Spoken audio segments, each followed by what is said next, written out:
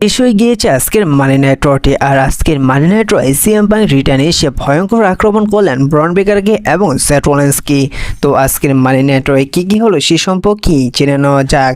আজকের মানি নাইট রয়ে শুরুতে আসেন জেউসো তিনি রিংয়ে এসে প্রমোকাট করতে থাকেন লোগান পলকে নিয়ে। এক পর্যায়ে জেউসো লোগান পলকে রিংয়ে এসে তার ফেস টু ফেস হতে বলেন, কিন্তু সে জায়গায় লোগান পল আসে না, বরং সে জায়গায় আসেন পল হেইম্যানকে দেখে জেউসো অনেকটা রেগে যায়। তারপর পল হেইম্যান তিনি রিংয়ে গেলে জেউসো তিনি পল হেইম্যানকে বলে যে তোমার সাহস দেখে আমি অবাক হচ্ছি, তার কারণ হচ্ছে যে তুমি আমার ফ্যামিলির সাথে যা করছো তুমি একেবারেই ঠিক করনি।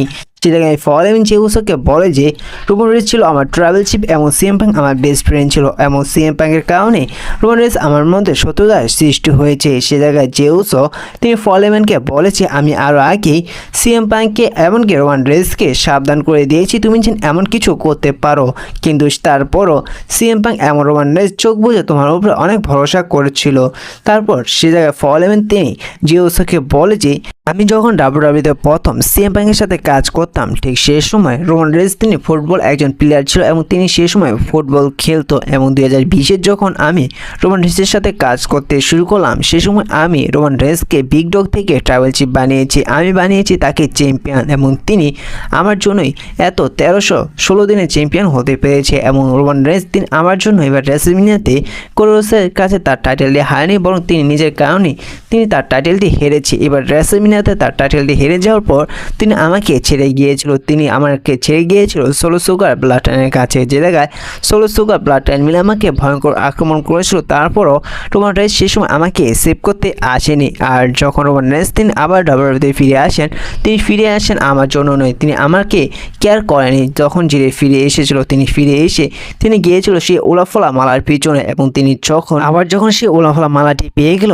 তিনি তার অ্যাটিটিউড আবার দেখাতে শুরু করে দিল। এমনকি আমি তাকে 5 বছরের মধ্যে যা শিখিয়েছি তিনি সব রিভিল করে দিয়েছি, এমনকি তার জন্য সিএম পাঙ্কের একটি ফেভার দিতে হয়েছে এবং সিএম পাঙ্কের কারণে তার সাথে আমার মধ্যে দুশ্মন হয়েছে, যা করেছি আমি ঠিকই করেছি। তারপর জেউসো বলেছে তুমি এখন বলো তুমি আমার কাছে কেন এসেছো। তারপর পল হেইম্যান তিনি জেউসোকে বলেছে আমি এই জায়গায় তোমাকে অসম্মান করতে আসিনি, কারণ তুমি ওয়ার্ল্ড চ্যাম্পিয়ন এবং তুমি এবার রেসলম্যানিয়াতে গুন্থারের মতন রেসারকে ট্যাপ আউট করে হারিয়েছো, যার কারণে আমি এই জায়গায় তোমার জন্য একটি ফেভার নিয়ে এসেছি। সেটি হচ্ছে যে সেথ রোলিন্স বলেছে তোমার এই ওয়ার্ল্ড হেভিওয়েট চ্যাম্পিয়নশিপটি তোমার জন্য অনেক ভারী হয়ে গিয়েছে, তুমি এটা ক্যারি করতে পারছো না, কারণ তুমি এটা লেভেলে এখন তো যেতে পারোনি আর এটা লেভেলে চলে গিয়েছে অলরেডি সেথ রোলিন্স। তাই সেথ রোলিন্স চাইছে তোমার এই টাইটেলটি তুমি সেথ রোলিন্সের কাছে হেরে যাও, তারপর সেথ রোলিন্সের টিমে যুক্ত হও। আর নয়তো তুমি এই টাইটেলটি তুমি বলো কবে সেথ রোলিন্সের এগেনস্টে ডিপেন্ড করবে, কবে এই সেথ রোলিন্সের সাথে তুমি এই টাইটেলের জন্য একটি ম্যাচ খেলবে। বলা যায় যে সেথ রোলিন্স তোমাকে এই টাইটেলের জন্য চ্যালেঞ্জ করে দিয়েছে। তো এই সমস্ত কথা বলে যখন পল হেইম্যান চলে যাচ্ছিল ঠিক সেই সময় জেউসো তিনি পল হেইম্যানকে থামিয়ে বলেছে আমি আজকে মানি নাইট রয়ে মেইন ইভেন্টে আমার এই ওয়ার্ল্ড হেভিওয়েট চ্যাম্পিয়নশিপটি আমি সেথ রোলিন্সের এগেনস্টে ডিপেন্ড করবো। সে জায়গায় সেথ রোলিন্স এবং পল হেইম্যানের প্রমোকাটি শেষ হয়ে ব্যাক স্টেজে আরও একটি সেগমেন্ট দেখা যায়, সেটি দেখা যায় সেথ রোলিন্স ব্রন ব্রেকার এমনকি পল হেইম্যানের সাথে। সে জায়গায় সেথ রোলিন্সকে পল হেইম্যান বলে যে আমি তোমার ম্যাচটি আজকের মানি নাইট রয়ে মেইন ইভেন্টে কনফার্ম করে দিয়েছি জেউসোর সাথে ওয়ার্ল্ড হেভিওয়েট চ্যাম্পিয়নশিপের জন্য। আর এই কথাটি শুনে সেথ রোলিন্স অনেকটা খুশি হয়ে যায়। তারপর সে জায়গা থেকে সেথ রোলিন্স চলে গেলে পল হেইম্যান ব্রন ব্রেকারের মধ্যে কথা বলতে দেখা যায়। সে জায়গায় ব্রন ব্রেকারকে পল হেইম্যান বলে যে তুমি জানো তোমার কি করতে হবে, আর আমরা জেউসোকে এত হালকাভাবে নিতে পারবো না, কারণ জেউসো এবার রেসলম্যানিয়াতে গুন্থারের মতন রেসারকে হারিয়ে তিনি চ্যাম্পিয়ন হয়েছে, এমনকি গুন্থারের মতন রেসারকে ট্যাপ আউট করেছে, যার কারণে আমাদের যাই করতে হবে ভেবেচিন্তে করতে হবে। তারপর সে জায়গায় তাদের সেগমেন্টটি শেষ হলে পরবর্তী একটি সিঙ্গেল ম্যাচ দেখা যায়। সেই ম্যাচটি দেখা যায় প্যান্টার সাথে জেডি ম্যাকডোনাল্ডের মধ্যে। আর এবার জেডি ম্যাকডোনাল্ড তিনি রিটার্ন আসার পর এটি তার ফার্স্ট ম্যাচ হতে যাচ্ছে এবং প্যান্টার সাথে এই ম্যাচটি শুরু হলে জেডি ম্যাকডোনাল্ড এই ম্যাচটির মধ্যে জাজমিনের মেম্বারগুলো এসে ইন্টারফিয়ার করতে থাকে, যা দেখে ফেলে রেফারি। তারপর জাজমিনের মেম্বারগুলো রিং সাইড থেকে ব্যান করে দেয়। ঠিক তারপর সে জায়গায় আসেন আবার চ্যাট কেবল এসে ইন্টারফিয়ার করতে থাকে প্যান্টাকে, কিন্তু সে জায়গায় প্যান্টাকে কিছু করতে পারে না। তারপর কিছুটা সুযোগ নিয়ে জেডি ম্যাকডোনাল্ড তিনি আক্রমণ করে প্যান্টাকে, তবুও প্যান্টাকে হারাতে পারবে না জেডি ম্যাকডোনাল্ড। উল্টো জেডি ম্যাকডোনাল্ডকে প্যান্টা তার ফিনিশার দিয়ে সেই ম্যাচটির মধ্যে ভিক্টোরি নিয়ে নেয়। পরবর্তীতে একটি সিঙ্গেল ম্যাচ দেখা যায়, সেই ম্যাচটি দেখা যায় সেই ম্যাচের সাথে অস্টিন থিওরির মধ্যে। আর আজকের মানি নাইট রয়ে সেই ম্যাচকে অনেক লম্বা সময় পর আসতে দেখা গেল। তারপর এই ম্যাচটি শুরু হলে সেই ম্যাচ তিনি অসাধারণভাবে তিনি অস্টিন থিওরিকে হারিয়ে এই ম্যাচটির মধ্যে ভিক্টোরি নিয়ে নেয়। পরবর্তীতে দেখা যায় যে অফিসিয়ালি হতে এবার ব্যাকলেশ পেরাভিউর জন্য প্যান্টার সাথে ডমিনিক মিস্টিরিওর মধ্যে একটি ম্যাচ। তারপর রিংয়ে আসতে দেখা যায় যায় বেকি লিঞ্চ আসলে সমস্ত দর্শকরা বেকি লিঞ্চকে বুক করতে থাকে। সে জায়গায় বেকি লিঞ্চ বলে যে তোমরা আমাকে কেন বুক করছো, আমি এই জায়গায় আমার জন্য কিছুই দায় নয়, আমি যা করেছি ঠিক করেছি। এবার রেসলম্যানিয়াতে অনেক কষ্ট করে আমি ট্যাগ টিম চ্যাম্পিয়ন হয়েছিলাম এবং তারপর মানি নাইট রয়ে দেখা গেল যে লারা ভালকিরিয়ার কারণে সেই ট্যাগ টিম চ্যাম্পিয়নশিপটি হেরে গিয়েছে। তারপর সে জায়গায় লারা ভালকিরিয়া আসে এবং লারা ভালকিরিয়ার সাথে বেকি লিঞ্চের মধ্যে প্রমোকার চলতে থাকে। এক পর্যায়ে দেখা যায় যে লারা ভালকিরিয়ার মধ্যে এবং বেকি লিঞ্চের মধ্যে ভয়ঙ্কর আক্রমণ শুরু হয়। তো এই ম্যাচটির মধ্যে এই সেগমেন্টের মধ্যে দেখা যায় যে আবারও লারা ভালকিরিয়া একেবারে ডিস্ট্রয় করে দেয় বেকি লিঞ্চকে। আর থেকে পরিষ্কার বোঝা যায় যে এবার ব্যাকল্যাশ পে-per-ভিউতে লারা ভালকিরিয়া তার টাইটেলটি হাতে চলেছেন বেকি লিঞ্চের কাছে। পরবর্তীতে একটি সিঙ্গেল ম্যাচ দেখা যায় ইয়ো স্কাইয়ের সাথে রক্সিনের মধ্যে। তো ম্যাচটি শুরু হলো, দুজনের পারফরম্যান্স অসাধারণ ছিল। তো ম্যাচটি এক পর্যায়ে রক্সিনকে হারিয়ে দেয় ইয়ো স্কাই। তারপর দেখা যায় যে রক্সিন তিনি সর্বপ্রথম রেসপেক্ট করে ইয়ো স্কাইকে, তারপর স্কাইও তিনি রক্সিনকে রেসপেক্ট করে। তারপর দেখা যায় যে রক্সিনের ট্যাগ টিম মেম্বার পিছন থেকে আক্রমণ করে ইয়ো স্কাইকে। তারপর রক্সিন এবং ভয়ঙ্কর তার ট্যাগ টিম পার্টনার নিয়ে ভয়ঙ্কর আক্রমণ করে ইয়ো স্কাইকে। পরবর্তীতে দেখা যায় রুসেভের সাথে ওটিসের মধ্যে একটি সিঙ্গেল ম্যাচ। তো আজকে এই মানি নাইট রুসেভের সাথে কিছুটা ভালো ফাইটই করেছে ওটিস, কিন্তু সে জায়গায় ওটিস তিনি রুসেভকে কিছুই করতে পারেনি। আর জানা কথা যেহেতু এবার ফার্স্ট ডেবিউ ম্যাচ হতে যাচ্ছে রুসেভের, আর এই ম্যাচটি রুসেভে জিতবে যাওতে।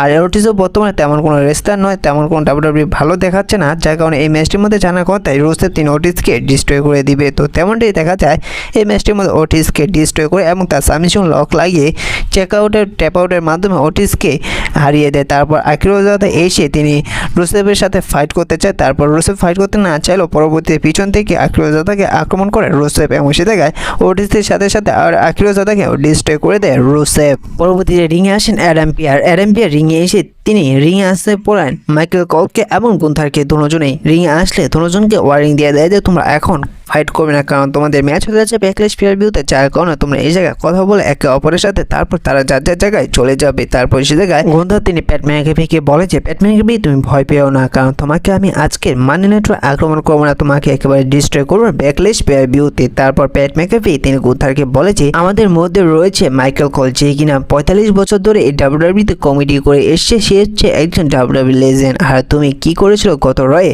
তুমি এই লেজেন্ডকে আক্রমণ করেছিলে, যার কারণে আমি এই লেজেন্ডকে বাঁচানোর জন্য তোমাকে আক্রমণ করেছি। আর আমি ডাব্লিউডাব্লিউতে এবার 29 বছর ধরে কাজ করেছি, যার মধ্যে আমি 3 দিন ছুটি কাটিয়েছি এবং তুমি এবার আমাকে হালকা নিয়েছো। তুমি যেভাবে হালকা নিয়েছিল জে উসোকে এমনকি জিম উসোকে, সে জায়গায় তোমাকে জে উসো ট্যাপ আউটের মাধ্যমে হারিয়ে দিয়েছে, তুমি তাদের মতনই আমাকে হালকা নিচ্ছ। তো এবার আমি তোমাকে বলি যে এবার ব্যাকল্যাশ পে-per-ভিউতে আমি তোমাকে ডিস্ট্রয় করে দেবো, তোমাকে হারিয়ে দিব, আমি সমস্ত কিছুর বদলা নিব। তারপর সে জায়গায় গুন্থা তিনি প্যাট ম্যাকঅ্যাফিকে বলে যে এবার স্যাটারডে ব্যাকল্যাশ পে-per-ভিউতে তোমার শেষ দিন হতে যাচ্ছে, কারণ তুমি গত স্যাটারডে তোমার তুমি বার্থডে সেলিব্রেট করেছিলে, তুমি আর এই স্যাটারডের পর থেকে তোমার সন্তানের কোনো আর সেলিব্রেট করতে পারবে না বার্থডে, তোমাকে সে জায়গায় আমি ডিস্ট্রয় করে দেবো। সে জায়গায় সেগমেন্ট শেষ হয় প্যাট ম্যাকঅ্যাফির এবং গুন্থার। পরবর্তীতে মানি নাইট ওয়ার একেবারে মেইন ইভেন্টে দেখানো ওয়ার্ল্ড হেভিওয়েট চ্যাম্পিয়নশিপের একটি ম্যাচ, সেই ম্যাচটি দেখানো জে উসো এবং সেথ রোলিন্সের মধ্যে। তো ম্যাচটি শুরু হলে দুজনের পারফরমেন্স দেখার মতন ছিল। তো আমার মনে হয় যে গুন্থার এবং জে উসোর যে ম্যাচটি হয়েছে রেসলম্যানিয়াতে তার থেকে বেস্ট ম্যাচ হয়েছে আজকের মানি নাইট ওয়ার মেইন ইভেন্টে সেথ রোলিন্স এবং জে উসো। আর আজকের মানি নাইট ওয়ার শুরুতেই যখন ফল ইভেন্ট এসে জে উসোর সাথে কল আউট করেছিলাম এবং জে উসোর সাথে কথা বলেছেন, সে সময় বুঝে গিয়েছিলাম যে আজকে তাদের টার্গেট হতে যাচ্ছে জে উসো। আর ম্যাচটি শুরু হলে ম্যাচটির মধ্যে দুজনের পারফরমেন্স দেখার মতন ছিল, দুজনে যার যার ফিনিশার দিয়েছে, কিন্তু কেউ কাউকে হারাতে পারছে না এবং কেউ হারার জন্য প্রস্তুত ছিল না। তো ম্যাচটি এক পর্যায়ে গিয়ে দেখা গিয়েছিল যে যখন সেথ রোলিন্স কিন্তু তার প্রাণপণ চেষ্টা করছে, কোনোভাবেই জে উসোকে হারাতে পারছে না, ঠিক সেই সময় ব্রন ব্রেকারের কাছে যায়। এমন ব্রন ব্রেকার যখন তিনি সেথ রোলিন্সের অর্ডার তিনি জে উসোকে ডিস্ট্রাকশন করতে যাবে, ঠিক সেই সময় টিম সং প্লে হয় স্যামি জিনের এই যে তিনি প্রথমত ব্রন ব্রেকারকে আক্রমণ করে রিংয়ের সাইডে ফেলে দেয়, কিন্তু তারপর দেখা যায় যে ব্রন ব্রেকার তিনি এসে আবার একটি ভয়ঙ্কর স্প্রে দিয়ে দেয় জে উসোকে। তারপরও জে উসোকে কোনোভাবেই হারাতে পারেনি সেথ রোলিন্স। তারপর সেথ রোলিন্স তার যখন তার ফিনিশার স্টম দিয়ে দেয় এবং ঠিক সেই সময় যখন পিন করতে যাবে, ঠিক সেই সময় থিম সং প্লে হয় সিএম পাঙ্কের। সিএম পাঙ্ক তিনি স্টিল চেয়ার নিয়ে আসেন এবং তিনি সেই স্টিল চেয়ার দিয়ে সর্বপ্রথম ভয়ঙ্করভাবে আক্রমণ করে বলা যায় যে এটা একটি হাফ জিটিএস দিয়ে দেয় ব্রন ব্রেকারকে, কিন্তু সেই সময়ের জন্য ব্রন ব্রেকার আর কিছুই করতে পারে না। তারপর সেই স্টিল চেয়ার নিয়ে সিএম পাঙ্ক তিনি রিংয়ে যায়, রিংয়ে গিয়ে তিনি ভয়ঙ্করভাবে আক্রমণ শুরু করে সেথ রোলিন্সকে। আর এই ম্যাচটি শেষ হয় ডিসকুয়ালিফিকেশনের মাধ্যমে। তো ম্যাচটির মধ্যে দেখা যায় যে একেবারে সিএম পাঙ্ককে একেই দেখা যায় যে ডিস্ট্রয় করে দিতে ব্রন ব্রেকারকে এবং সেথ রোলিন্সকে। তারপর সে জায়গা থেকে পালিয়ে যায় ব্রন ব্রেকার এবং সেথ রোলিন্স পালিয়ে যায়, পাশাপাশি ফল এমেন। আর আজকে মানি নাইট এভাবেই দেখা গেল যে সিএম পাঙ্ক সেমাজিন এসে জেউসো টাইটেলটি সেভ করিয়ে দেয় এবং পরবর্তী মানি নাইট অফ ইয়ারে যাওয়ার পর দেখা যায় যে যখন সিএম পাঙ্ক, স্যামিজিন এবং জেউসো তারা সেলিব্রেট করেছিল, ঠিক সেই সময় দর্শকের মধ্যে দিয়ে লোগান ফল এসে তিনি একটি নকআউট পাঞ্চ দিয়ে দেয় জেউসোকে। সে জায়গায় জেউসোকে লোগান ফল একেবারে ডিস্ট্রয় করে দেয়। আর এই ছিল আজকের মানি নাইট রটি। আর আজকের মানি নাইট রটি আপনাদের কেমন লাগলো অবশ্যই কমেন্ট করে জানিয়ে দিবেন। তো আজকের এই ভিডিওটি এই পর্যন্তই ছিল। দেখা হচ্ছে পরবর্তী ভিডিওতে নতুন কোনো আপডেট নিয়ে। আর আপনারা যদি রোমান রেসের ফ্যান হয়ে থাকেন তা অবশ্যই এই চ্যানেলটি সাবস্ক্রাইব করে দিবেন।